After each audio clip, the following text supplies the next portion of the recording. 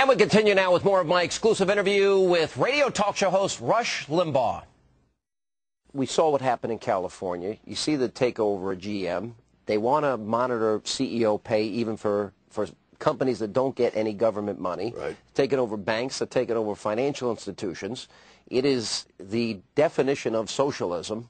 What does this mean? Let me give you the debt numbers. You know them as well as anybody. We quadruple them in a year. We quadruple the deficit in 10 years. We'll be paying nearly $1 trillion on interest on the debt in 10 years. What does this mean? As you stand back, you were talking earlier about the middle class and the impact this is going to have on the middle class. What does this Obama economy look like, assuming he doesn't get a second term, after 4 years of Obama economics? Well, most of the stimulus spending, for example, doesn't go into effect till 2010. There's a chance with those elections to dial some of that back. But if this man succeeds, Sean, it's going to be 25 years rolling this stuff back. And if they get nationalized health care, they are going to be able to control every aspect of our lives, because you get in a car the wrong way, it could impact health care costs. If you eat popcorn with coconut oil, it could impact health care costs. If they get that, then people have no idea the control over their lives the government will exert. That's got to be stopped. That is intolerable to go single payer, government socialized medicine. I want to say one other thing, even if we go over time here. People ask me about the fairness doctrine all the time, and I've been watching something here. Newspapers are losing money. Advertising revenues down, circulation. But radio companies too, Sean. Television companies, their advertising revenues are down. Now, individual shows, my show is up. So is mine. Yours, but radio station ownership groups, advertising as a whole is down. Yeah. Now, what happens if they have to file Chapter 11? What if all these radio companies can't make their debt payments next year, the year after that, and have to go Chapter 11? If Obama is controlling the banks, and the banks then will or will not lend to the broadcasters and the newspapers to make them solvent, we could reach a point where Obama controls radio and TV, because he will own it by virtue of the banks he controls owning it. This is a very stealth way. You don't need the fairness doctrine. You don't need localism. And people say, that'll never happen. Well, did you ever think that the government and Obama would be dictating the kind of cars GM and Chrysler make? Did you ever think Obama would be dictating what people on Wall Street can earn? Did you ever think that the mortgage business would be controlled by a single man, Barack Obama? Nobody ever thought that. So if you think that the media in this country cannot also be owned by Barack Obama, think again. Well, that's the path we're headed down. And we have to stop and shout and stop this and oppose it. It's very serious. This is not the America that you and I grew up. I said earlier, if Al-Qaeda wants to demolish the America we know and love, they'd better hurry, because Obama's beating them to it. I read that in a British column. I think it was the UK Telegraph.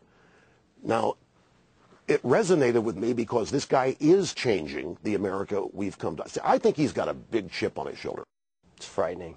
It is. That is frightening. It's seriously frightening. Yeah. And we look out, where are the American people? The 64 million or whatever voted for the guy. When are they going to wake up?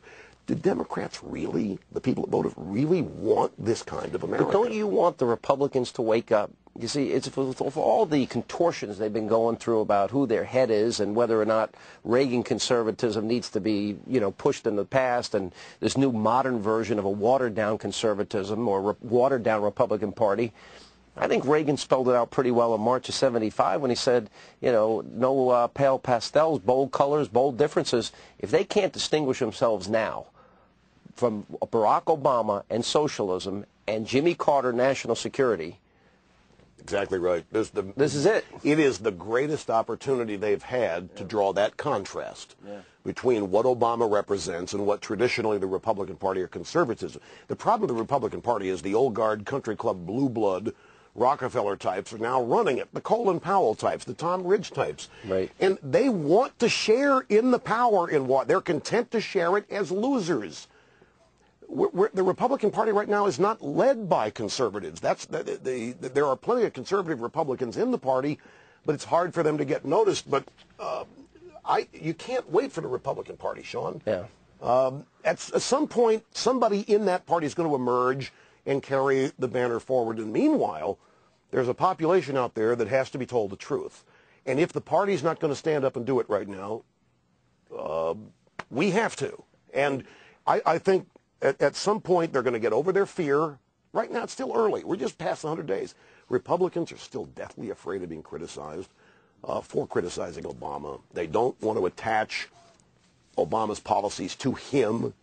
And Obama doesn't either. You know, Obama's still blaming Bush. I think he's just a sitting duck target politically to score major, major points for the traditions and values that made this country great to triumph again. Listen, he jokes about the Special Olympics. He gives an iPod to the Queen with speeches of himself. He flies an airplane over New York and spends $300 grand. He goes on a date with his wife to New York, as you mentioned earlier. And he's been to all 57 states, and he said that we need to hoist values. I mean, he's got... If George Bush did this? I know. Well, look, we just have to come to grips. There's a double standard. Yeah.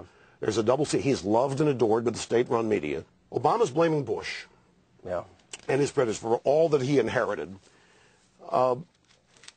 He is escaping, so far, any attachment to the disasters that he's causing.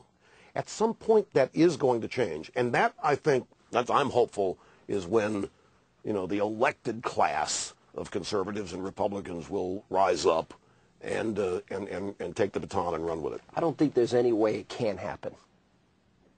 You mentioned earlier, I'm optimistic. I think there's going to be a lot of damage done in the meantime, but it's got to happen. And you know what? A lot of people, I think, are going to come to you and say, you know what, Rush, you were kind of right about all this stuff. Yeah, I joked the other day. I told people when I claimed I was America's piñata, I said, you know how people always say, why didn't somebody tell me? I'm the guy telling you, and I'm going to keep telling you. Sean, I'm optimistic, too. You look at FDR, and what do we get after FDR? We got 40 years of liberalism. We're not going to have 40 years of liberalism after Obama. There is an opposition media. There is an opposition to this kind of destruction that's being made to this country, done to the country. Whatever he does, we're going to be able to roll it back, and I don't think he's going to be able to get away with as much as he would like to. There's simply too much attention being brought to bear on it. So, and if we're in America, we are Americans. We still have the freedom to do what we want and to be who we want to be. And you have to be optimistic when you have that kind of ability. Rush, it's always a pleasure. Thank you. I appreciate it.